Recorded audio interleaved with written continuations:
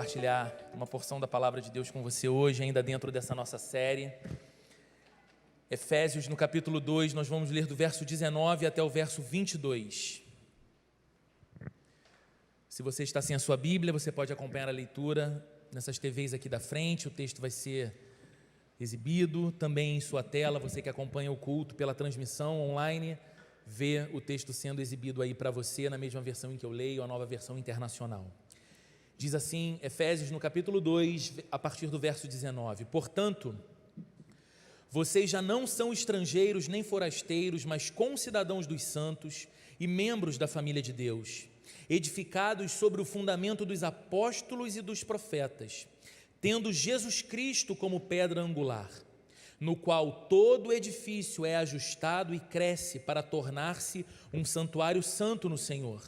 Nele, vocês também estão sendo edificados juntos para se tornarem morada de Deus por seu Espírito. Até aqui, vamos orar mais uma vez. Senhor, obrigado por tanto aqui nessa manhã, obrigado pela Tua palavra lida, e agora o que nós pedimos é que essa Tua palavra, porque a palavra viva do Deus vivo, fale ao nosso coração, que o Senhor continue falando ao nosso coração. Obrigado por esse encontro, obrigado pelo reencontro com amigos e irmãos tão queridos, Senhor. Obrigado pela presença de gente tão amada entre nós aqui nessa manhã, nesse lugar. Obrigado pela vida destes e destas que acompanham remotamente através da transmissão esse culto. Que o Senhor nos alcance, a todos nós, pela Tua palavra, nesses minutos que nós temos pela frente, e possamos sair daqui dizendo acerca da maravilha desse encontro com Deus neste domingo. Que bênção foi para mim, que bênção foi para a minha vida, iniciar a semana na casa de Deus, na presença do Senhor, em nome de Jesus, amém e amém.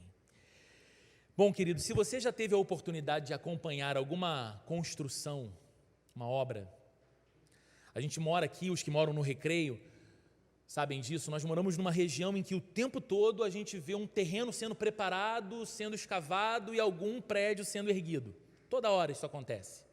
E se você já teve a oportunidade de acompanhar uma construção, se não de um prédio, de uma casa, você provavelmente já notou o quanto que se gasta de tempo e de dinheiro numa daquelas primeiras etapas super essenciais, mais incômodas para muita gente quando está fazendo uma obra, que é aquilo que chamamos de fundação. Por que incômodo? Porque leva tempo e leva muito do nosso dinheiro naquilo que a gente chama de obra enterrada. Escava-se, entra ali muito concreto, cimento, pedra, ferro, mas você sabe que o dinheiro saiu. Só que se você chamar um amigo para ir lá ver a sua obra e tiver ali só um piso preparado, e você sabe quanto já gastou naquele piso preparado para subir uma estrutura, é capaz do seu amigo virar para você e falar: mas só tem isso por enquanto? Você quase agride a pessoa dizendo: só? Você sabe o que eu já gastei para isso aqui? Eu passei por essa experiência. Eu tive alguns anos atrás a oportunidade de construir uma casa em que nós moramos até nos mudarmos de Niterói aqui para o Rio, e era exatamente essa a sensação de que depois de tanto esforço, tempo e dinheiro, podia levantar um prédio naquela laje, naquela estrutura, mas quanto tempo levou e quanto recurso exigiu para fazer aquela obra que eu chamava para todo mundo de dinheiro enterrado, embora super importante fosse. Por que eu falo sobre isso?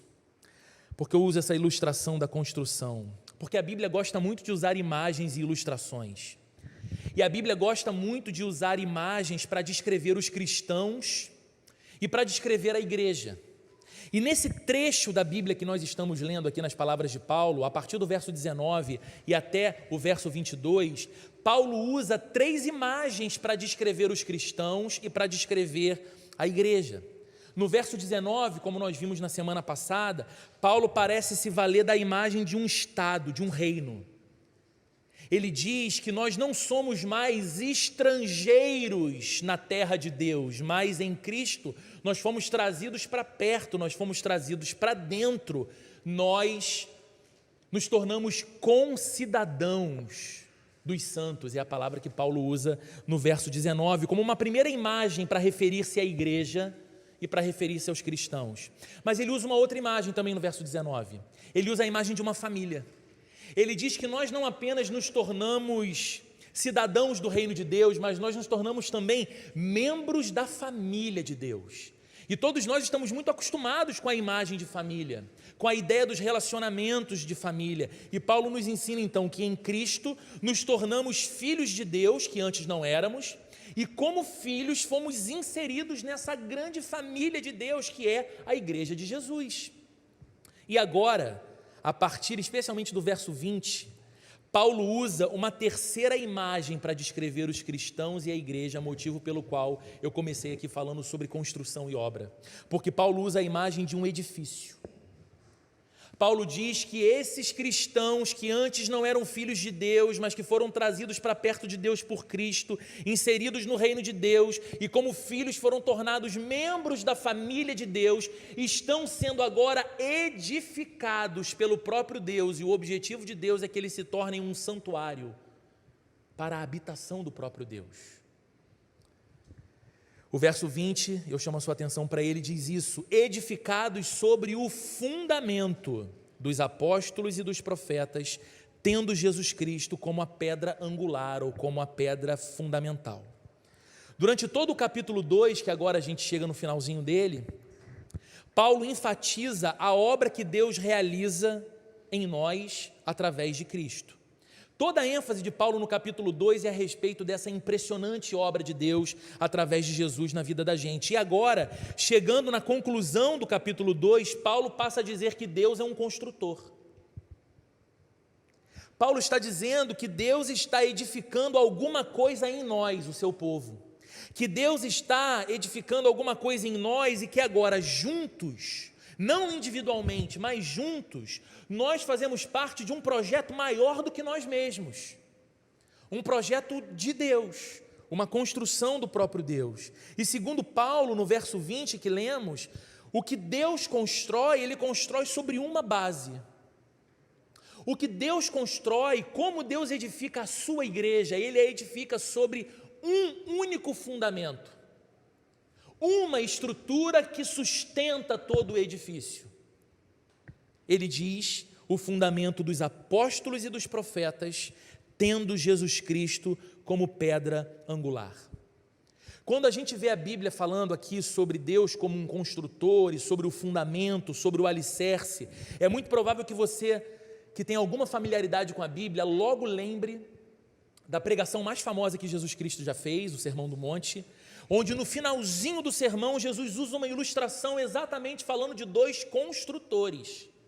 E ele diz o seguinte: existe um construtor sábio.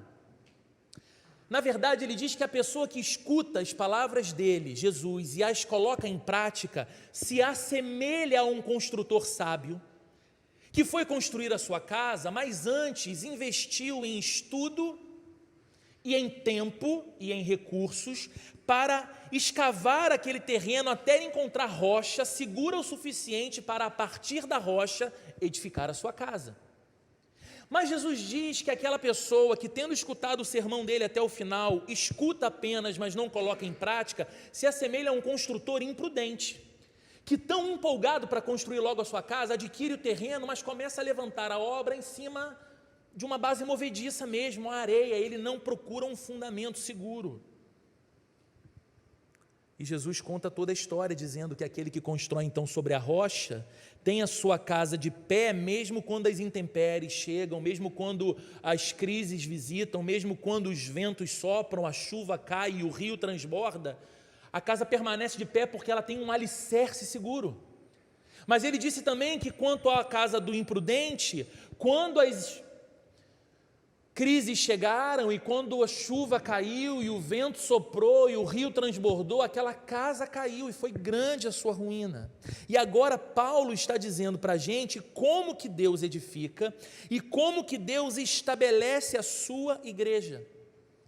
Que assim como Jesus chamava a atenção dos seus ouvintes para que a construção da nossa vida, da nossa identidade, da nossa história não fosse alicerçada numa base instável, sob o risco da nossa vida ruir, Aqui Paulo está dizendo como Deus é cuidadoso ao edificar a igreja que lhe pertence, numa base que é estável e segura.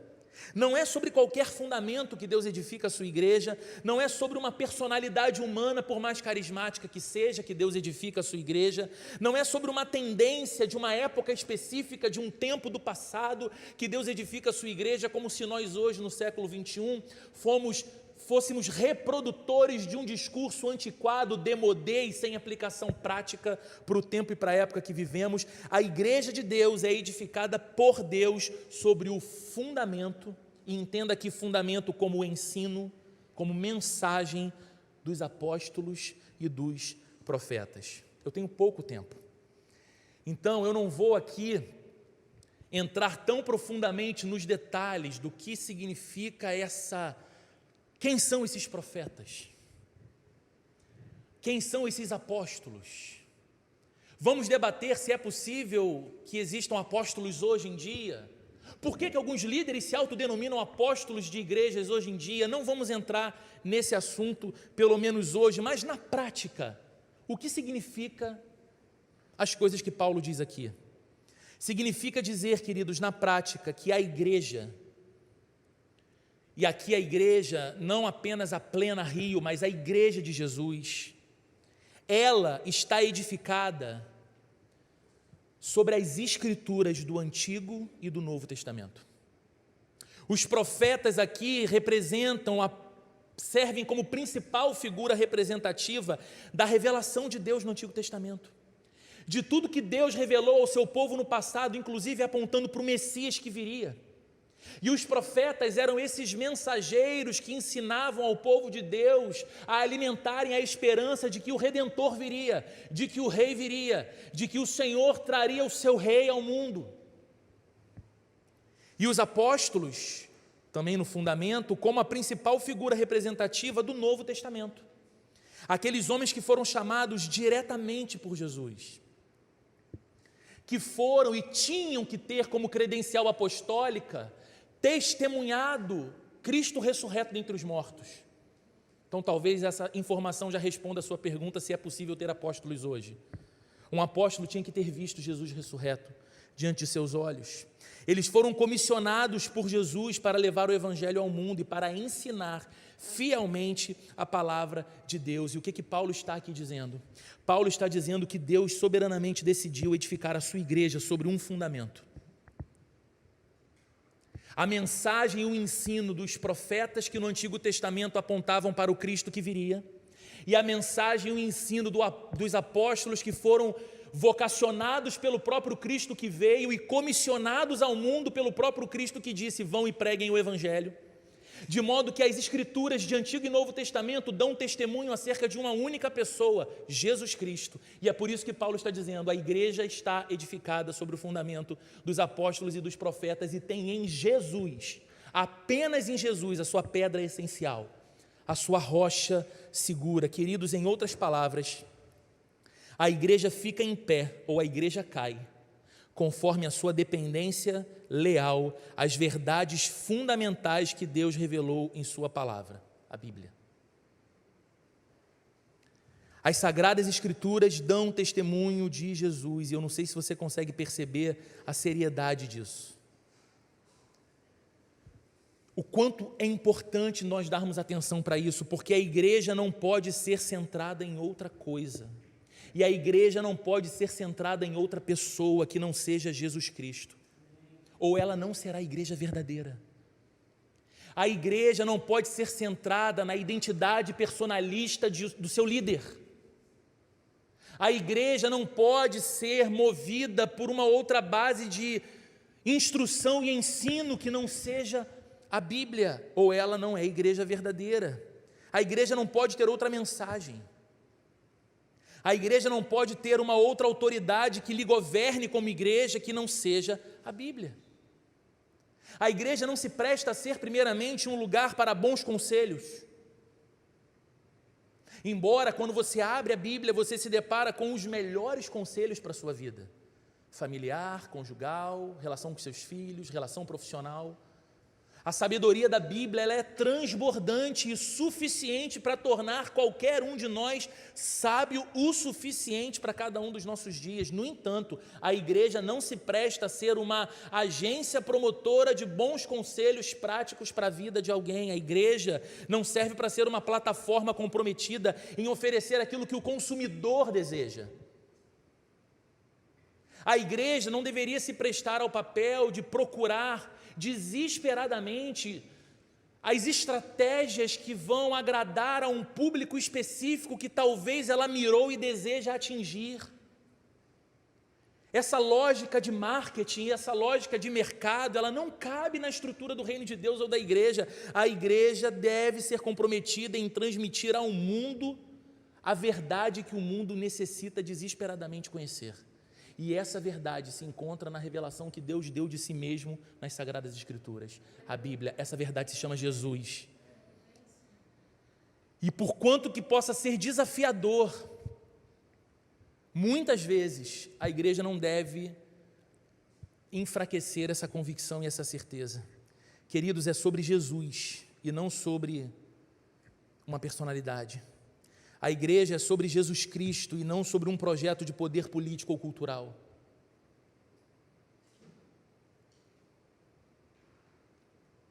A igreja é sobre Jesus Cristo e a sua palavra, e não sobre os achismos criativos de algumas mentes geniais, que podem segurar um microfone como esse e sustentar por alguns minutos um discurso que de alguma forma prenda a atenção, porque de fato existe uma transmissão ali de palavras e uma maneira de colocar as palavras que atrai, que agrada, que prende, que empolga, mas que no final não mata a fome, que continua deixando a alma vazia, porque a única coisa que pode preencher a alma do ser humano é a verdade que vem de Deus, é o próprio Cristo. E talvez você ouça eu falando tudo isso há poucos minutos de acabar o culto e diga: Roberto, você não está numa conferência de líderes para a igreja. Você deve ter percebido isso, que hoje é só o culto de domingo, no domingo do Dia dos Pais. Então, o que você está dizendo tem a ver comigo? Porque assim, eu acho legal, Roberto, entender isso, que a igreja deve ter o cuidado de não se estruturar em outra coisa que não seja a Bíblia. A igreja precisa ser bíblica. A igreja precisa ter uma pregação bíblica, a igreja precisa ensinar a Bíblia, a igreja precisa ser fiel a Jesus Cristo. Essas coisas são legais, eu acho bacana você falar isso. Talvez seja por isso que eu tenho me identificado com os cultos até aqui da igreja, mas em que isso se aplica à minha vida? Simples. A igreja não é apenas uma organização com um CNPJ e um local de reuniões. A igreja não é apenas um endereço num lugar específico. A igreja é a comunidade dos filhos de Deus, dos discípulos de Jesus, ou seja, a igreja é feita de gente. Então, quando nós falamos que Deus está edificando a sua igreja sobre esse fundamento, nós estamos entendendo que nós somos blocos dessa edificação e Deus está nos edificando sobre esse fundamento. Sobre esse fundamento. E quando o iPad decide apagar pela metade? É porque eu tenho que parar de falar na metade e entregar o sermão? Cadê o dono do iPad? Ó, tá lá, ó, apagou, seminarista, seu iPad pela metade, ó. É para eu encerrar aqui? iPad seminarista, a gente não confia, né? Acerta aqui para mim enquanto eu continuo. Eu sou dependente demais do esboço, gente. Vou contar uma história, estou brincando. Dá para continuar. A igreja é feita de gente. Então, a aplicação mais prática para a nossa vida do que a gente está dizendo aqui é a seguinte: se Jesus é a pedra fundamental da vida dos cristãos, e se a vida do cristão deve ser edificada sobre as Escrituras, sobre a Bíblia, tem sido assim para você? Tem sido assim para mim? Nós temos centrado a nossa vida, nós temos construído a nossa história em Jesus. Ele tem sido o centro, como a gente ama cantar numa música aqui. Jesus é o centro de tudo que há, Jesus é o centro de todo o meu ser. Ou eu tenho tentado e teimado em encontrar outras pedras fundamentais, outras bases para construir a minha identidade, a minha vida, os meus sonhos, os meus projetos? Porque, queridos, assim como a igreja permanece de pé ou cai, dependendo do seu alicerce debaixo dos seus pés, obrigado, Diegão, assim também é a nossa vida. Permanecemos de pé ou vamos cair, dependendo do alicerce debaixo dos nossos pés. O que você tem se valido, de que você tem se valido para estruturar os seus sonhos, os seus desejos, os seus projetos mais caros, a sua vida familiar, a sua profissão? O que você tem deixado que gere identidade e valor para você? Porque se você estiver equilibrando a sua vida e as coisas que são mais importantes para você nessa base instável, quando essa base chacoalhar, inevitavelmente essa construção que é você vai se encher de trincas, de rachaduras, de fissuras, sob o risco de queda. Não é apenas a igreja, a instituição que deve ser bíblica e centrada em Jesus. Eu devo ser um cristão bíblico e centrado em Jesus. Agora eu vou voltar para onde eu estava aqui. A igreja deve ser fiel à Bíblia como palavra de Deus? Sim. Mas você, se é cristão, também. Deve conhecer a sua Bíblia, deve estudar a sua Bíblia, deve amar a sua Bíblia, deve pautar a sua vida pela Bíblia.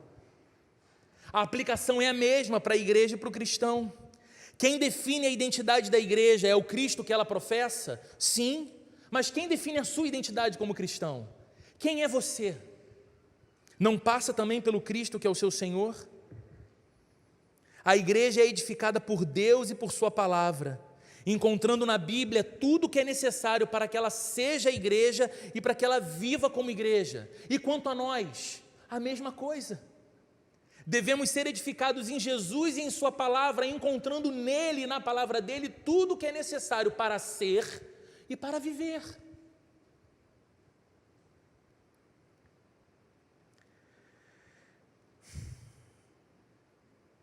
O que nos mantém de pé, e por isso as palavras de Jesus no Sermão do Monte foram tão sérias, o que nos mantém de pé é o alicerce seguro que está debaixo dos nossos pés. A gente deveria se ocupar muito mais e se preocupar muito mais com aquilo que fundamenta a nossa vida, com aquilo que tem fundamentado a nossa casa, com aquilo que tem fundamentado as nossas relações. Eu te pergunto nessa manhã, você tem edificado cada área da sua vida sobre Jesus? A sua profissão, os seus negócios, como você ganha dinheiro, tudo isso tem sido alicerçado sobre Jesus? Ou você achou uma estratégia infalível, você acredita? Ou você achou um sócio perfeito para o seu empreendimento, você pensa? Ou você encontrou a carreira ou a aplicação perfeita para que tudo te vá bem e você colocou ali, depositou ali toda a sua certeza de que aquele era o solo seguro para você construir? Meu amigo, minha amiga, se essa base chacoalhar, se o seu sócio te trair, se a aplicação quebrar e levar o seu dinheiro embora, se você perder em uma semana a carreira que levou anos para construir e se sentir envergonhado por causa disso, eu te pergunto, o que permanecerá de pé, já que você colocou tudo em cima disso? Agora, quando você coloca a sua vida sobre Jesus e sobre a palavra dele, você entende então que o marido que você deve ser é segundo a palavra que Jesus te deu para ser, que o homem e o pai que você deve ser, como o Jurandir falou aqui, é segundo o modelo do Deus que é o Pai por excelência, que o profissional que você deve ser, e o cidadão que você deve ser, e o amigo que você deve ser, e o empreendedor que você deve ser, e o empregado ou o empregador que você deve ser, se encontram alicerçados na sua identidade com Jesus como o seu Senhor e como o seu Mestre. As tempestades virão, os ventos chegarão, o rio há de transbordar, porque a vida é feita de crise. A diferença é o resultado final, porque ainda que coisas sumam de diante dos seus olhos, ainda que coisas caiam ao seu lado, ainda que coisas que você tentou colocar de pé e construir encontrem a sua ruína, você permanecerá de pé e equilibrado por causa do fundamento que é Jesus. A Bíblia tem sido para você a autoridade reguladora do seu viver. A Bíblia tem sido para você o molde ao qual você adequa toda a sua vida. Com que frequência você tem contato com a sua Bíblia? Eu quero muito mais de Deus, Roberto, eu quero conhecer mais de Deus, eu quero sentir mais Deus, eu quero, no meio do meu dia, perceber que Deus está mais pertinho ali de mim, eu quero ser mais sábio com a sabedoria que vem de Deus. Isso tudo é maravilhoso, então ótimo. Quanto tempo você gasta com a sua Bíblia? Você tem uma? Você sabe onde ela está? Você a usa? Você lê a sua Bíblia? Mas você lê a sua Bíblia como quem sabe que não está lendo um livro qualquer, que a Bíblia é esse livro que você lê e que ela lê você ao mesmo tempo, e quanto mais tempo você passa diante dela, mais poder ela tem de ler o seu coração, e de clarear a sua alma, e te fazer enxergar aquilo que deve ser alterado, mexido, mudado, e não te deixar no desespero, como se você tivesse que mexer e mudar as coisas que precisam ser alteradas, mas Deus em sua graça diz, eu vou com você, eu te ajudo. E você vai percebendo que quanto mais próximo de sua Bíblia, mais sábio você se torna espiritualmente, e essa sabedoria espiritual é canalizada e é traduzida em sabedoria prática para o seu cotidiano. E você se torna uma pessoa mais calma, uma pessoa mais mansa, uma pessoa mais confiante, uma pessoa mais legal, uma pessoa mais generosa. Por quê? Porque a Bíblia está forjando você dessa forma. Porque não importam os fundamentos que o mundo apresenta para nós olhamos para eles, nós interagimos com eles, mas continuamos fundamentando a nossa vida, edificando a nossa vida na base segura que Deus decidiu que deveria ser. As Escrituras Sagradas e Jesus Cristo como a pedra fundamental. Falar disso pode ser básico e essencial, em especial falando para os cristãos, que são a igreja de Jesus. E se você é igreja de Jesus, e se você é cristão, essas perguntas você deve fazer ao seu coração hoje. Senhor, sendo igreja e fazendo parte da igreja, a minha igreja, não apenas o lugar que eu participo como membro, mas essa igreja que eu sou, está sendo edificada, Senhor, na Tua Palavra. À medida que o tempo passa, eu aprendo mais a Bíblia. À medida que o tempo avança, eu conheço mais a Tua vontade, não como quem procura magicamente descobrir o que está na mente de Deus, mas como quem quer descobrir aquilo que Deus deixou revelado de si mesmo na Bíblia. Então não apenas eu leio a Bíblia, eu também me interesso em estudá-la, em conhecê-la mais, em me informar sobre ela.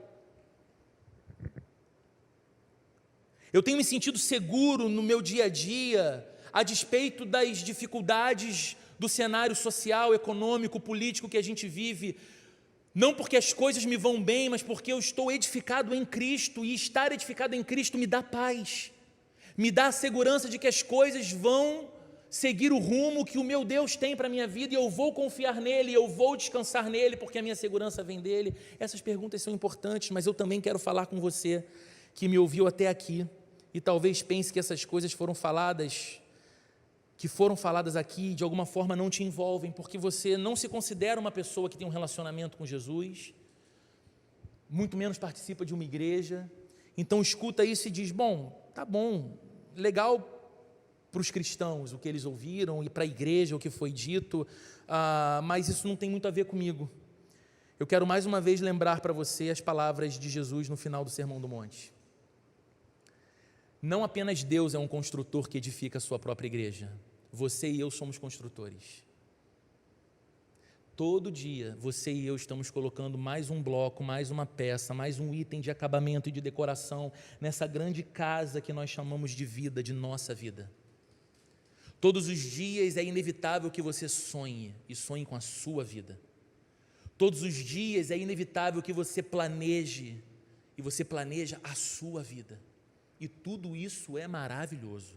Só que você sabe, como eu sei, que a vida adulta reserva para nós muitas frustrações e muitas decepções com a gente mesmo e com outras pessoas, porque planos e projetos caem, pessoas traem, amigos somem, dinheiro se perde, sobrenome perde importância. Nossa posição profissional e o respeito que adquirimos em determinado lugar dura o tempo daquela posição, dura o tempo daquele emprego, dura o tempo daquele trabalho. Quando você aposenta, você perdeu essa dignidade. Quando você é cortado da firma, você perdeu aquela posição. Sobre qual fundamento você tem construído as coisas que são mais caras e importantes para você? E eu te digo, você só encontrará segurança e estabilidade para essa vida e para toda a eternidade, se Jesus Cristo for o fundamento da sua vida e da sua casa.